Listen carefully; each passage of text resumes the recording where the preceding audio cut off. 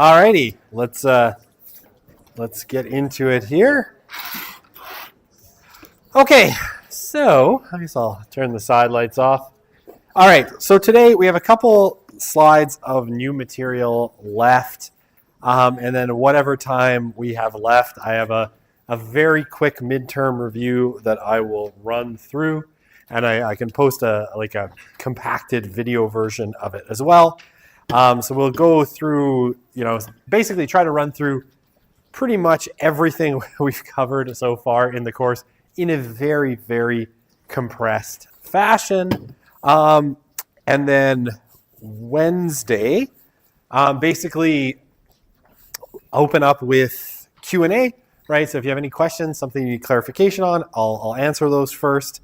And then I have a Kahoot quiz ready to go with some more practice questions and fabulous, although inexpensive prizes. Okay, so can I post? Yeah, I'll post. Today's going to be up and Wednesday will be up. I'll put them up as soon as I have them ready. Okay, will I be posting any more practice questions? Just whatever's on the Kahoot, because I can't raid my question bank too deeply or I'll have no new and interesting questions to ask you on the exam. Do I recommend using a laptop for the midterm, or would an iPad or tablet work fine? Midterm is on Friday. In class, okay.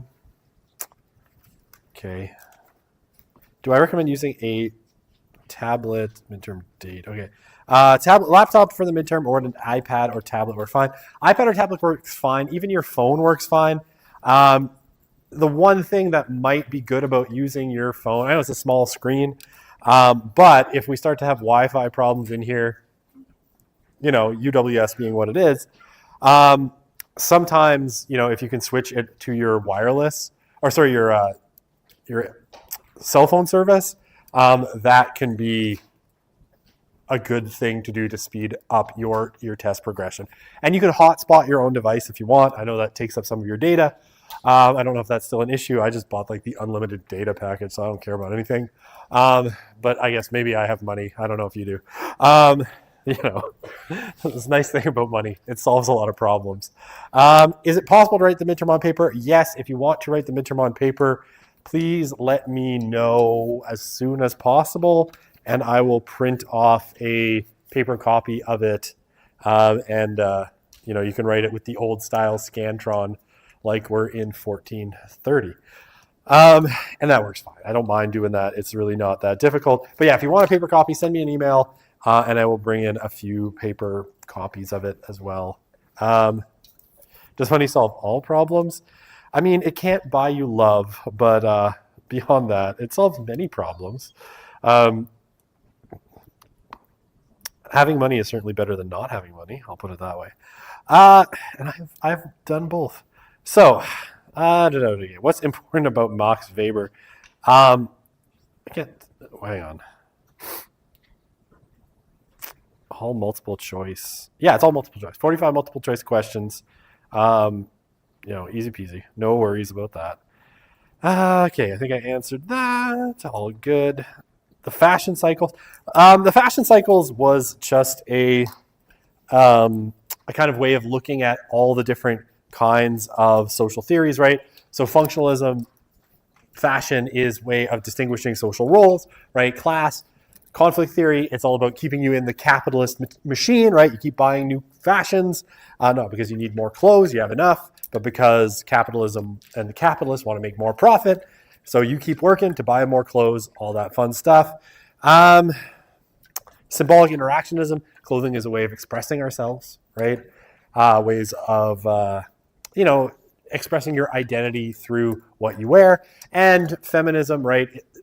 Fashion is a way of exploiting women through patriarchy, right? We expect especially women to look particularly nice, to have nice looking fashions that accentuate the female form. That's the feminist criticism. So that they can be subject to the male gaze. Do I wear Dolce and Gabbana shoes? No, I think these are Rockports. I don't know. I got them at a shoe company. So, I have money, but I ain't fancy. Okay. What's important about Max Weber? His beard is the most important thing about him. That's a really broad question, but I mean, fundamentally, he expands conflict theory, right, to not just talk about economics, but also to talk about other things that can move society in different directions, like religion and politics. And as a symbolic interactionist, right, he sees the way that things like religion, particularly, we talked about the Protestant ethic, particular beliefs about concepts like salvation can change society. And, we'll see Weber all through the course. He also has this idea of rationality and how modernity has put us all into a very rationalized, efficient society, but one that is a bit of an iron cage.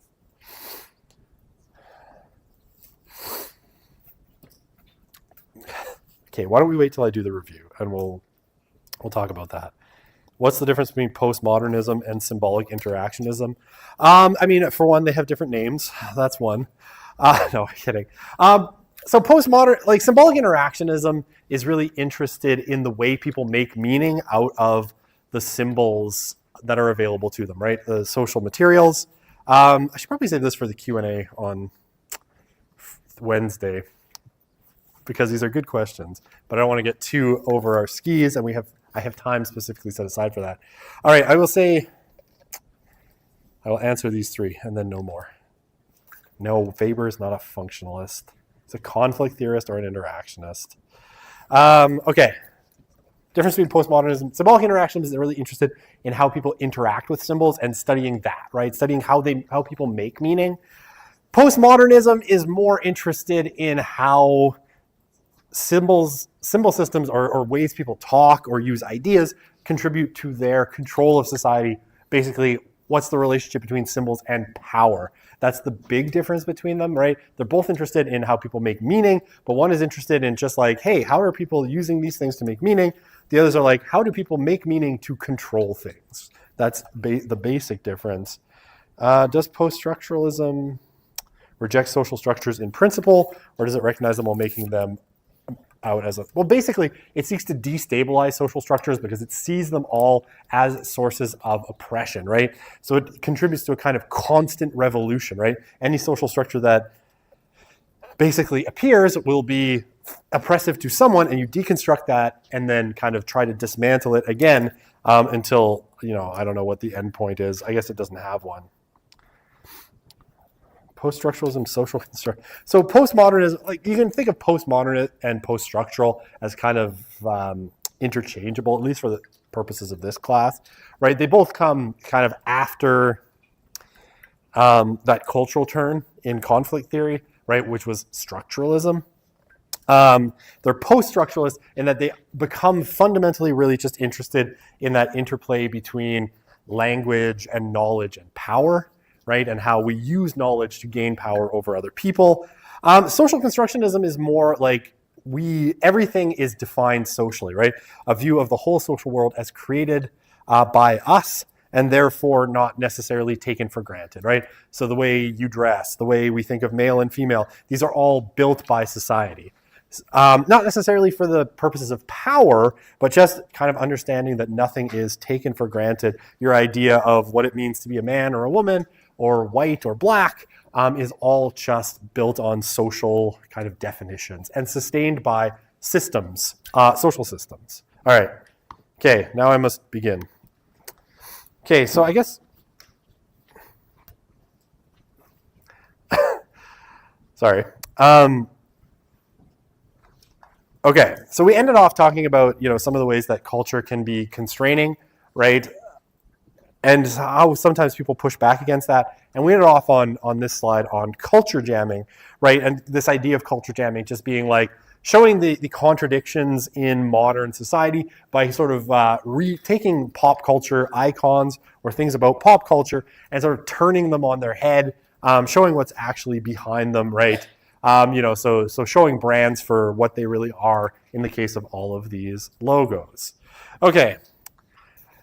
So, virtual culture, we've only got a few slides left, and then I'll jump into review if I have time, which I should. It takes about half an hour usually to do the whole first half of the course, or first third of the course.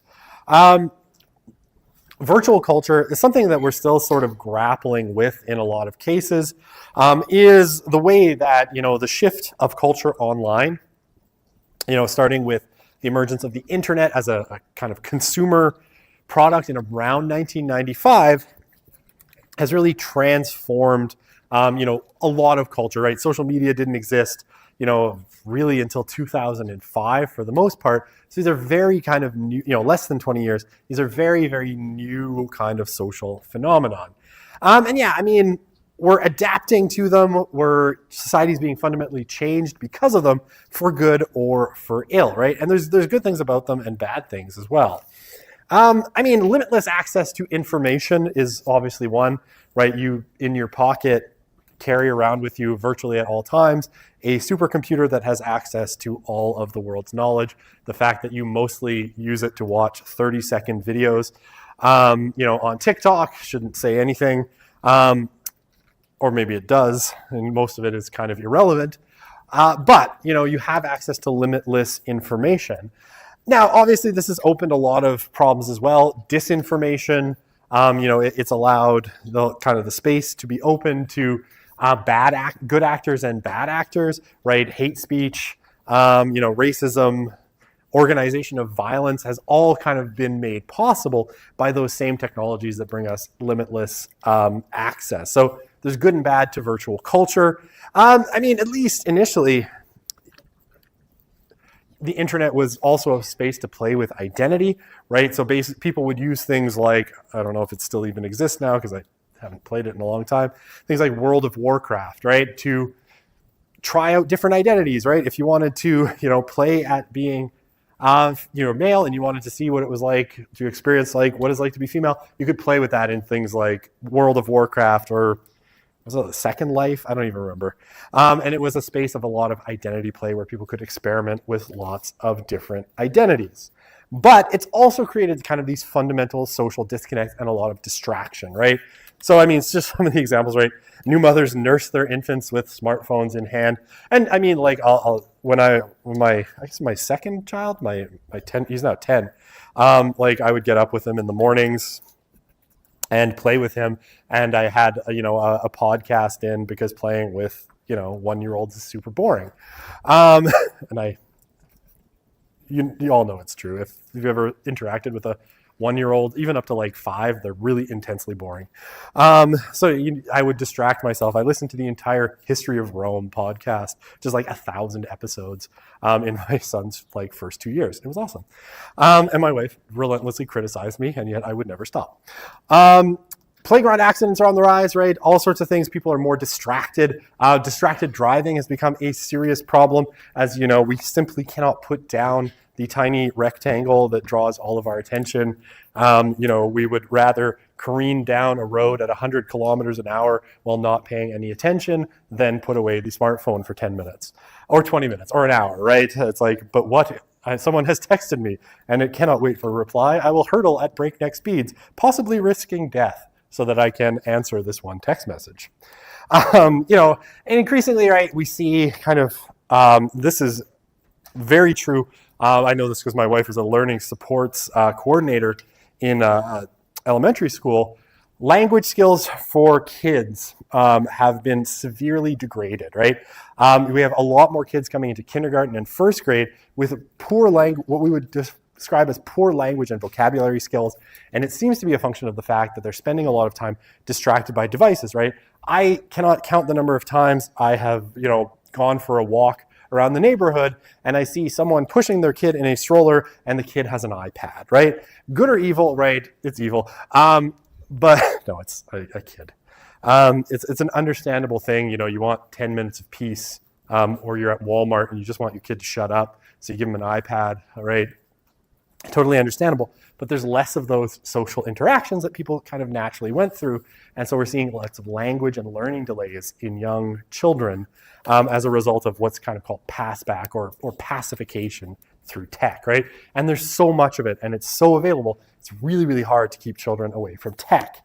Inside and outside school, phones and tablets are replacing books, blocks, and modeling clay. The other thing we see a lot is gross motor skills and fine motor skills are really poor in a lot of kids, right? Because they've spent all of their time poking at a screen, not, say, playing with Lego blocks or clay. And there's certain communities we see this more in. But, we are seeing like motor delays and these sorts of things caused by, we think, all this time people are spending on devices. Also, apparently, there's they call it like the social media neck, where like people get neck pain from being hunched over their phone. Like this. Oh, I just got something on Messenger. Isn't that nice? Oh, totally irrelevant. All right. So this is also coming with kind of commensurate mental health concerns. And we have a really great and growing body of evidence coming that smartphones in particular, but social media in combination with smartphones, are leading to a massive decline in mental health in young people, especially Gen Z. And if you really want all the devastating numbers, I have 55 charts, which I go through in Sociology of Youth at the kind of end of the course. Last third of the course, I spent an entire class just going through charts showing all the ways that across the developed world, our teenagers are having these huge mental health problems, self-harm, hospitalizations, all sorts of things for mental health problems. It is I think pretty irrefutable because the amount of data that we have on it is huge. And it all seems to be related to smartphones. Why? Because it all starts around 2012, which is this kind of weird year where half of Americans owned a smartphone and about 70% of teenagers did. So we see the decline really starting there and getting worse and worse over time. And like I said, we don't have time maybe to talk about it. I might bring it in at the end of the course when we talk about mass media. For now, we'll just mention it, but I have a very large number of charts. Okay, this is driven also, what do smartphones do? Well, they've made young people spend less time with other people. On average, if you compare them to the millennials at the same point in their lives, Gen Z now spends an hour and a half less doing stuff, in structured activities or with friends, than their millennial counterparts did at the same time in their life. And they spend the bulk of that time not, doing anything but staring at smartphones, right? So we have, what are the list of things, they're safe, right? Gen Z is really safe because, how to put it gently, you can't get injured if you're sitting on your couch. I mean, I'm sure it's possible. I can think of a few ways, like if the ceiling collapsed. But generally, Gen Z spends more time at home than any Gen X, millennials, or the boomers did at the same time. Why? Well, they have everything they need. Principally a lot of entertainment and smartphones. So they don't go out. They don't go to parties. They don't drink as much. They don't do as many drugs. They don't have as much sex at the same times of life where people tended to start having sex. Kind of peaked with Gen X, and then millennials were about the same. And then Gen Z, age that they do a bunch of things, learn to drive, have sex, start dating, get a job, has all risen massively, right? So they're doing all of these things much later. They're safe, right? They're not going to be hurt in a fight at a party when two people get drunk because they're not at that party because they're at home on their couch. And it's less Netflix and chill than just plain old Netflix for the most part, right? And this is the story of Gen Z. It's just sit at home by yourself on your smartphone watching Netflix. That's the story.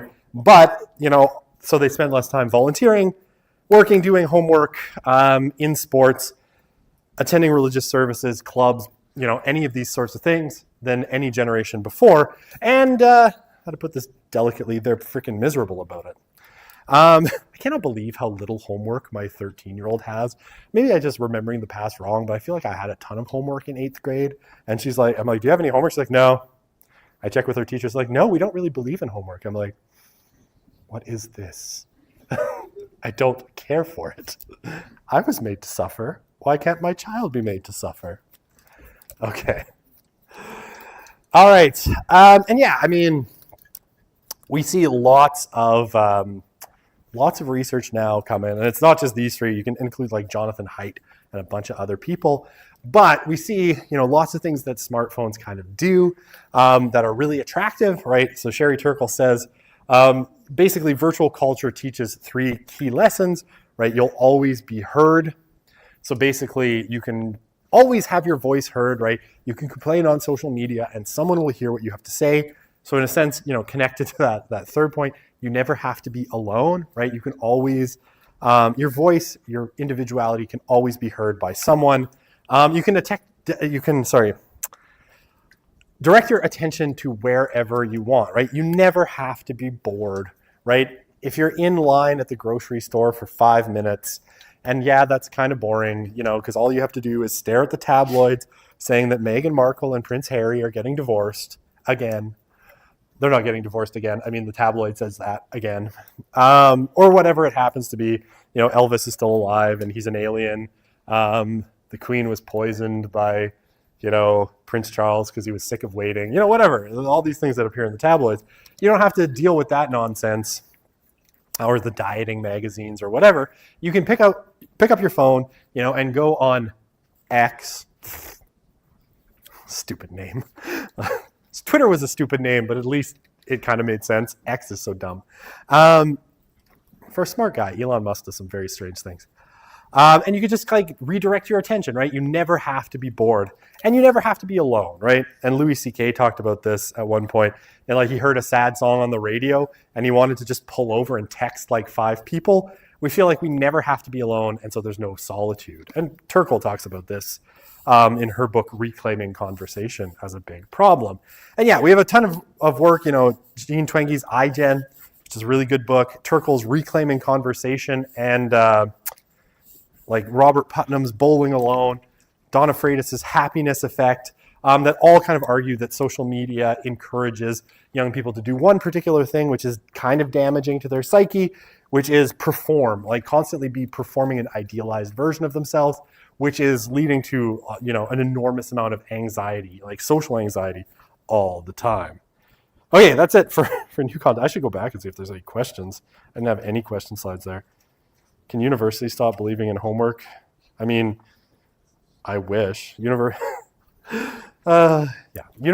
is university. It's an evil institution that I work for, quite happily, by the way. Midterm is on top. So midterm is concepts and theories, social research, and culture. So there's 3 topics on the midterm. Because socialization, I guess introduction, there's nothing in introduction, so don't worry about that. What is posted on eClass right now is what you have. Okay. Now, I will close that, leaving the screen completely blank because my laptop believes we're done. I'm going to open my midterm review. Just give me a half sec. And now I'm going to do something.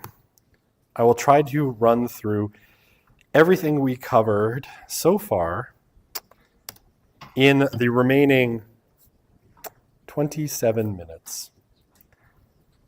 No questions. So I don't have any question slides built in here. If you have any questions, bring them on Wednesday, and I will happily answer them for the first part of the class before we do a Kahoot. I'm going to attempt to cover everything. If I pass out from not breathing, call an ambulance or kick me really hard and leave me for dead. I actually don't care. Okay, so, well, that's interesting. Usually it appears on that screen too, but not today. All right, so I bet you someone shut it off. Okay, so we started off, right, defining kind of what sociology is, right? So basically, kind of the people who started sociology had this idea that we should take the scientific method, right, the thing that works so well in the natural sciences, and apply it to society, right? So it is the systemic or scientific study of human behavior in a social context using empirical methods. You're not going to get through all these slides if you talk like that, Broussard. So the main goal, right, for sociologists, as we kind of defined it, was explaining how personal troubles, right, those things that, disrupt people's lives, the things that affect people's lives are connected to social structures, right? What are social structures? These relatively stable patterns of social relations and interactions. And they exist at these 3 levels, right? Microstructures, patterns of social relations that are face-to-face, right? So everything from, me and you, our professor-student relationship, to you interacting with random people on the street. You bump into them, you say sorry. Those are microstructures. You getting a coffee from the barista at Starbucks. microstructure, your romantic relationship on Tinder, if it is in fact romantic and not just gross, microstructure. Okay, macrostructures, patterns of social relations outside. Sorry, I'm laughing at my own Tinder joke. I need to stop. Patterns of social relationships outside of kind of the face-to-face, your own personal circle. Generally, your interactions with institutions in your own society, right? So, anything you do at the university, right, in terms of, dealing with class schedules, programs, all of these things are macrostructures, right? You're dealing with the university at an institutional level. If you go bank, that's a macrostructure. If you have a job, you're dealing with the macrostructure of your employer, all of that kind of stuff. And then global structures, right? Anything at the kind of international level. So things like NATO, the World Bank, the United Nations, International Monetary Fund, anything that's kind of bigger than the national level. Okay, so Mill's kind of term, the sociological imagination, right? What sociology encourages people to have and tries to build is this ability to see the connection between personal troubles and social structures. Okay, and we get sociology out of these three revolutions, right? First, the scientific revolution. Don't have to worry about the years, but roughly 1550, right? We get the transformation of how we gain knowledge from, principally philosophical and what's called natural philosophy to principally the scientific method of empirical experimentation, right? And eventually people come to think we should do this with society, make observations and try to figure out what's actually going on. The democratic revolution, right? The move away from monarchy and the rule of kings towards the idea that people can affect their own lives, right? There's no governing force that controls my fate. And that people should have some say in their own lives. And then the Industrial Revolution, right, starting around the end part of the 18th century, basically that transforms society and creates a lot of social problems that guys like Marx, Durkheim, and Weber are all observing and reacting to. Okay, our sociological figures. Comte, right? So coined the word sociology, never really did in it, but had this idea that we should study society scientifically.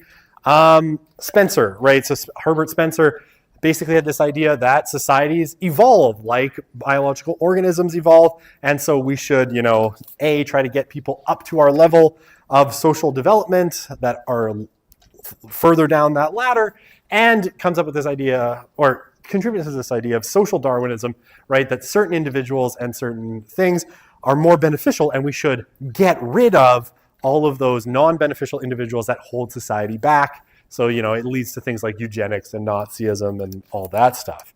So always a tension in sociology between this idea of an idealized future, right, which everybody wants to create this ideal society, belief in the importance of science, and a caution that sometimes we get things wrong. Okay, talked a little bit about Christian Smith and his book, The Sacred Project of American Sociology. The basic takeaway from that is what sociology has become is a sort of postmodern project of liberating the individual from oppression and allowing people to choose whatever identities and relationships they wish. Okay, modernity, what's my definition of modernity? Period in which liberal individualism comes to dominate, driven by industrialization, urbanization, and scientific rationality. Okay, so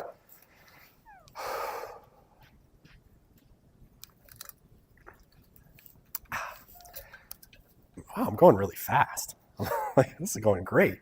I have 19 slides and I'm at slide 4. Maybe I shouldn't pat myself on the back just yet. Okay, so theories, right? Tentative explanations of some aspect of social life, and we can split these into grand theories, right? Those that try to explain kind of society as a whole. So we can think of like functionalism, social interaction, or structural functionalism, social interactionism, and conflict theory as our three big grand theories for the course. But feminism also has aspects of this, as does, say, queer theory. And then mid-range theories, which are those that try to explain a specific phenomenon, right? Why is Canada becoming less religious over time, right? that'd be a middle-range theory. Okay, so our thinkers, right? Durkheim. So Durkheim, is our kind of the father of functionalism, And he basically says that social solidarity is kind of key to human happiness, right? When it goes away, then ultimately people get unhappy. They experience, dislocation from society. Social solidarity is kind of key to a lot of understanding of how human societies work. Okay, functionalism, right, basically is a theory that says that human behavior is governed by social structures or stable patterns of relationships. And basically, sometimes the institutions or social structures get out of balance, right? They stop working as they're intended to. Society changes, and a social institution is no longer able to serve that society. And when that happens, the society will be a little bit off kilter, and something will seem like it's not working. It generates some sort of crisis. And the goal then is either to fix those institutions or create new institutions that bring society back into equilibrium. Okay, Talcott Parsons, following on from Durkheim, basically says various institutions work to ensure the smooth operation of society as a whole, and each institution has its kind of social purpose, right? The family raises the next generation of citizens and workers. The schools teach them the skills they need and shared common values in the society. Religion teaches them morals and values. The police, serve to protect from internal threats, the army from external threats, and so on and so forth, right?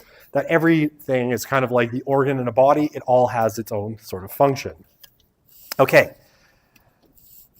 Merton, right, talks about two things, manifest functions and, talked about a lot of other things. We'll see him again later when we talk about crime and deviance, but okay. Two things that we need to take away from this test. There's manifest functions and latent functions. Manifest functions are the intended effects of social structures, right? The university is a social structure that educates you and teaches you the skills to go out into the world.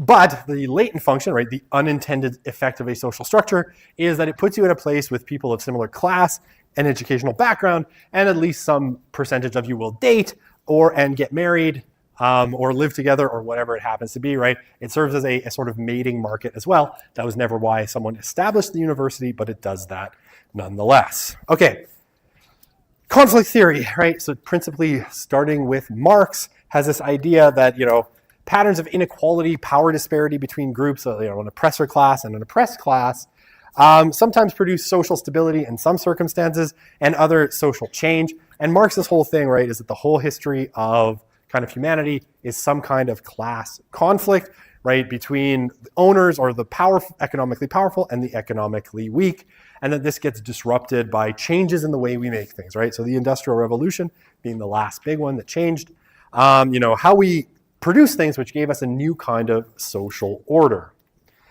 Okay, so the cultural turns. We spent a lot of time on the cultural turn of conflict theory, right? What ends up happening, Marx had predicted that the proletariat would overthrow the bourgeoisie and create a kind of socialist utopia. That never happens. So middle part of the 20th century, a bunch of conflict theorists try to figure out why that didn't happen, and they look at culture as one of the key tools that is used to control the underclasses, right? So Gramsci has this idea, right, that groups groups are kind of fighting all the time in society to make their ideas common sense, and that in capitalism, it's the bourgeoisie that has had their ideas accepted as common sense so that it becomes the main way that people think without even really knowing it. So, the idea of the American dream tells everybody that if you work hard, you can succeed and you can be rich. And this has become, hegemonic, or it's become common sense for Gramsci. Foucault comes along and takes that a step further. Culture is the site of ongoing kind of struggle between dominant and subordinate classes, everybody trying to get their ideas accepted so that they become the dominant class. And basically, there's a constant kind of movement of ideas as different classes become ascendant, right? So he looks at things like how doctors became the ascendant class when it comes to knowledge about the human person. And that this made doctors one of the most powerful people in society, right? So we love Dr. Fauci because he's a doctor, and we're currently under the regime of the clinic, right? Or this kind of science of medicine. Okay, this was from last year. I didn't talk much about Horkheimer and Adorno, so I'm just going to skip that point. Maybe we'll talk about them when we get to mass media. I know I talked about it last year, and I just didn't take this out from there. Okay, post-structuralism, right? I guess we kind of define both post-structuralism and symbolic interactionism. But post-structuralism, right, at the end of the day, denies the stability of social relations. and basically says we need to always kind of deconstruct or break down cultural elements that have set themselves up as binaries, because those things are set up to control us at the end of the day. All right, symbolic interactionism, this idea essentially that we should try to understand how people live their lives and how they interact with things that give meaning, right? So symbols, right? So it's like, how do we understand the word salvation? How do we understand the word man? How do we understand the word or masculine? Like, all of these things are kind of negotiated, and we should understand how people relate to them and how that affects their social lives. Okay, social constructionism. Basically, suggests that apparently natural or innate features, like things that we just kind of take for granted, ways that we kind of move through the world, are often deeply socially constructed, right? So they don't exist in the real world. They're supported by a bunch of social systems that define it, right? So our ideas about gender are supported by people passing on that idea of gender through socialization, right? Parents playing with their kids in different ways teaches them what it means to be masculine or feminine, or the way they see their parents, interacting in the home. Okay. Queer theory, denies the existence of stable identities, particularly around kind of sexuality, and says that any attempt to kind of put people in boxes like male, female, or gay, straight are just these ways of foreclosing other possible identities. And so queer theory looks to blow that all up and basically show that there's a spectrum between any two binary points. All right, feminism. Oh, wow, I gave feminism that many words.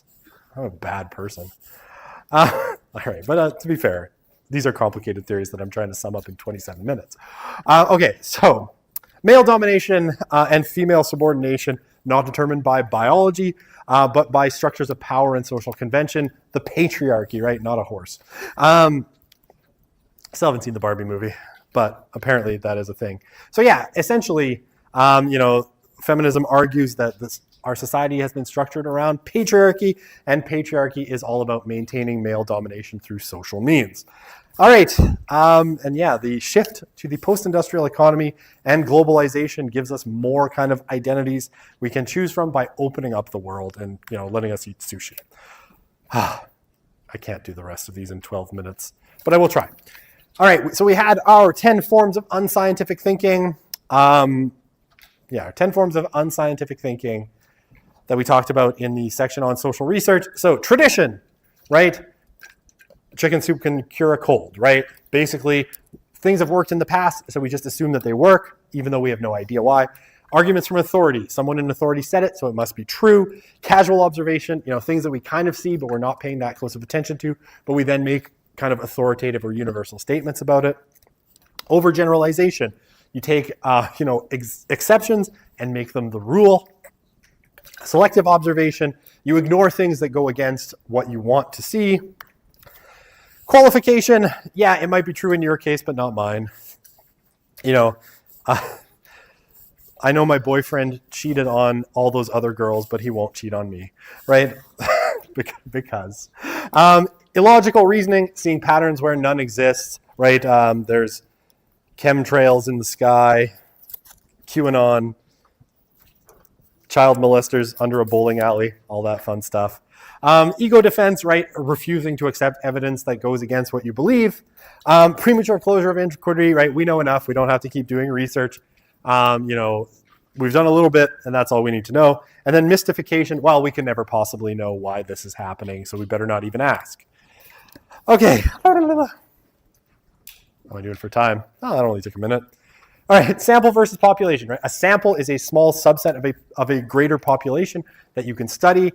Population is the whole group that you're interested in. Generally, you need to take a sample because populations are too big. Insiders and outsider perspective, right? Insiders know things about how groups work in detail that outsiders will never know, but outsiders have a more objective perspective. Qualitative research is all about people's experiences and getting down to people's experiences. Quantitative is about quantifying or turning into numbers aspects of the social world, right? So things we can get through survey research. Ethical considerations, right? 4 things you need to keep in mind. People have to participate voluntarily. You have to do harm minimization. and you have to tell people what harms they might incur. These two things are combined into what's called informed consent.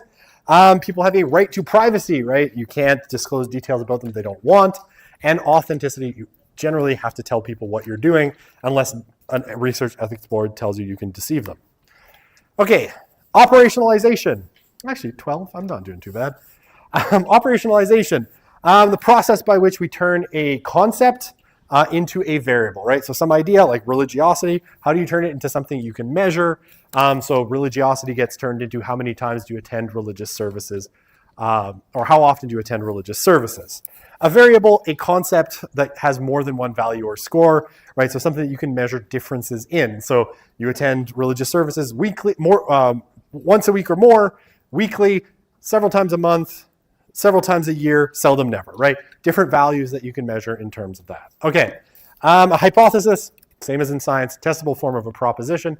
So you say, I think this is what's happening, and then you can test it, right? An experiment, we don't do them, that's a psychology thing, but basically a situation where you have controlled settings where you can see what the reaction might be to the introduction of a stimulus or an independent variable.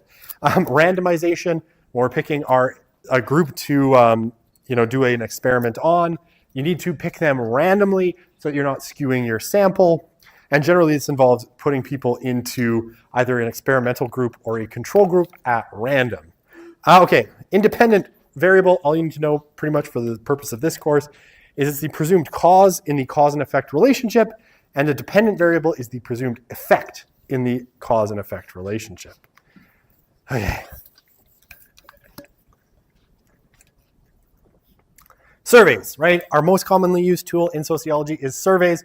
They come in, the questions in surveys come in two forms: open, where you let people say whatever they want, and you record it, or closed, where you give them a list of possible answers.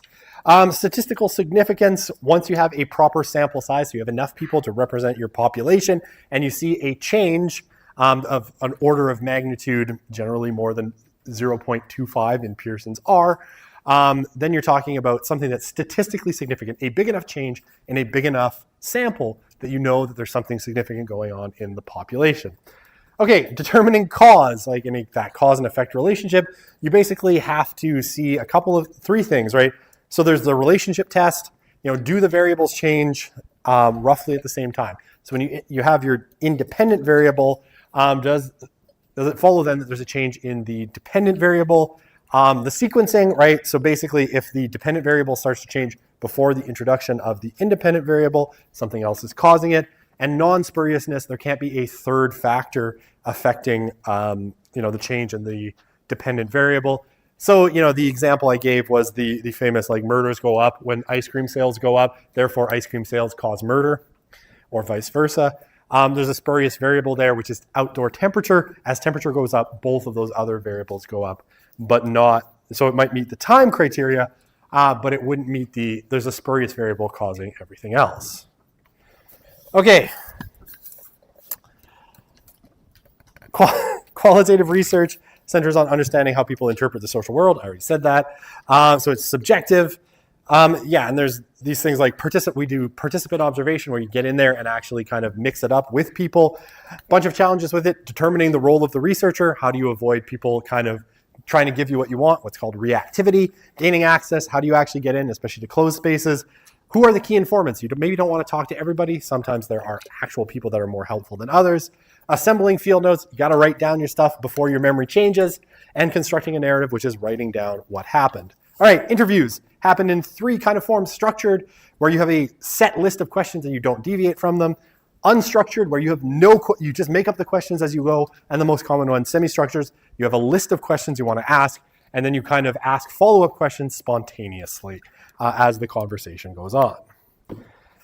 Okay, cases and case studies. So cases can be any number of things: people, families, groups, countries, provinces, all can be cases. And a case, so it's the thing that you want to study, and case studies are detailed descriptions of those things. So once you've looked at your cases, you write up a case study.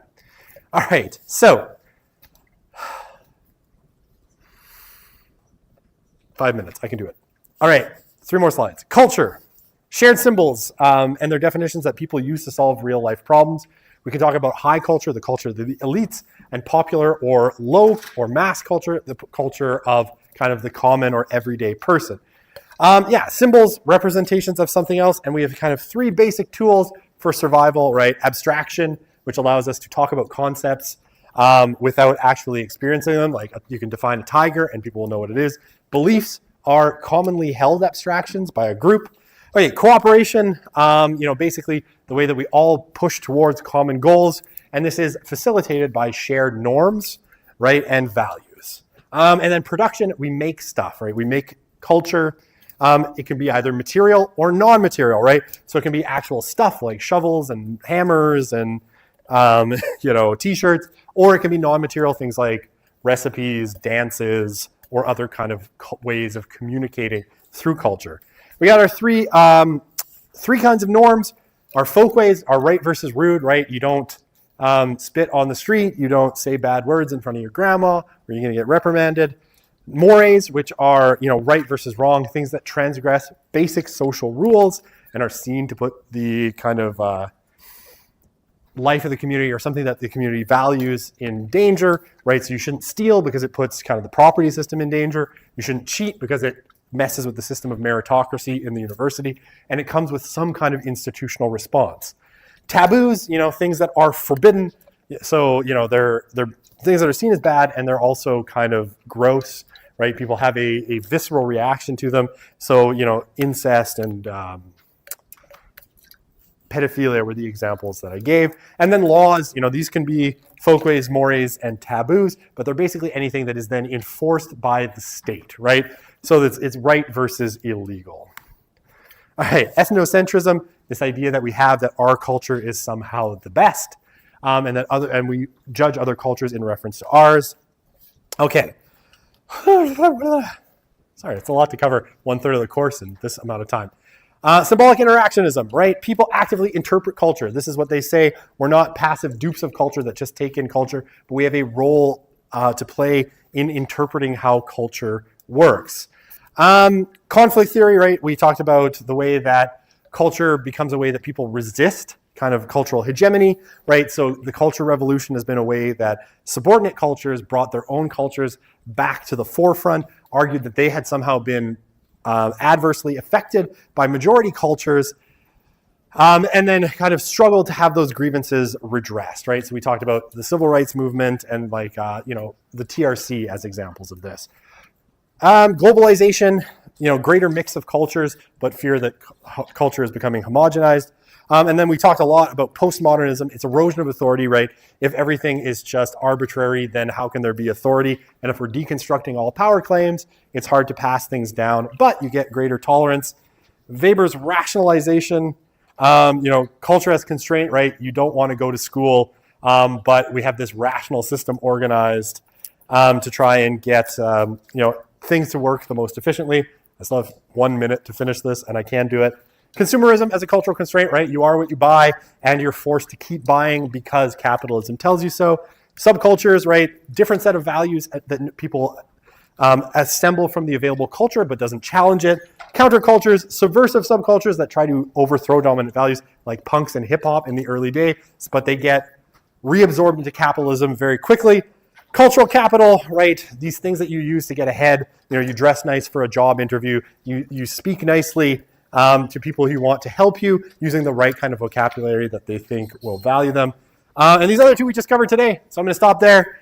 And I did it. I can do amazing things. We'll see you on Wednesday. Bring your questions, and we'll do a in-class quiz, which I will then later on post so other people can do it as well. And like I said, there'll be fabulous but inexpensive prizes to be had.